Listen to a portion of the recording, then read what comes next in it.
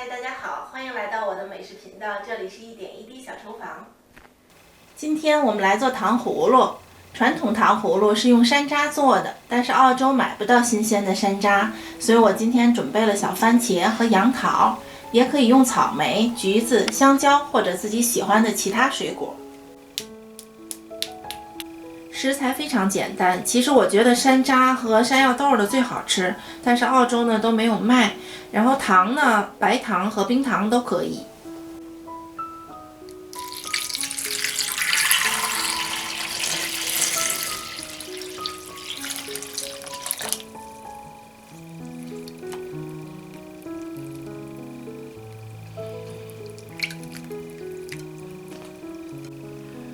第一个关键点，水果一定要擦干净，不要带水进来，影响后面的熬糖。家里呢不会熬这个太多的糖，所以我们签子呢一分为二。剪开的这边呢会比较粗糙，所以我用这边来穿水果，这样呢就不会扎到手了。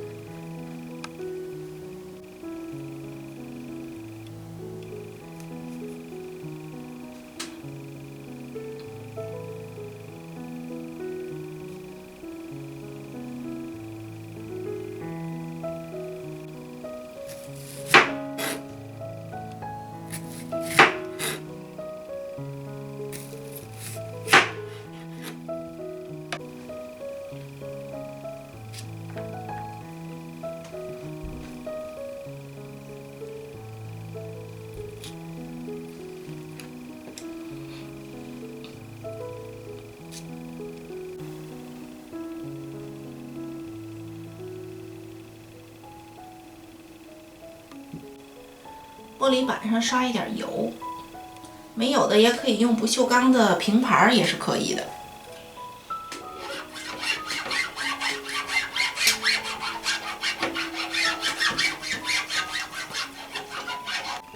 小碗里准备一点清水，一根筷子，因为糖一旦熬到火候，这个蘸糖的速度一定要麻利，所以准备工作呢都要提前完成。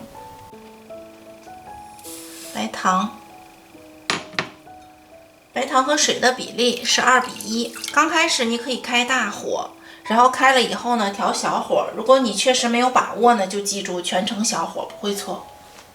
开始冒泡泡了，这时候咱们就可以调小火了。第二个关键点，熬糖的全过程不要搅拌。我这个糖葫芦是临来澳洲之前和我家楼下的阿姨学的，她一直在我们小区门口卖糖葫芦，我特意请她来家里上门教的。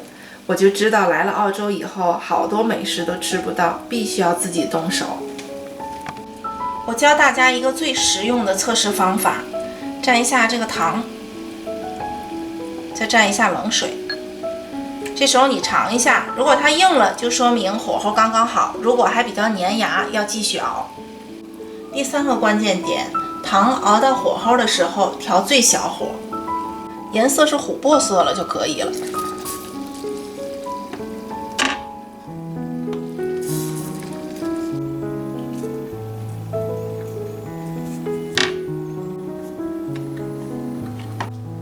我的老家管糖葫芦叫糖墩儿，你们那里有其他的名字吗？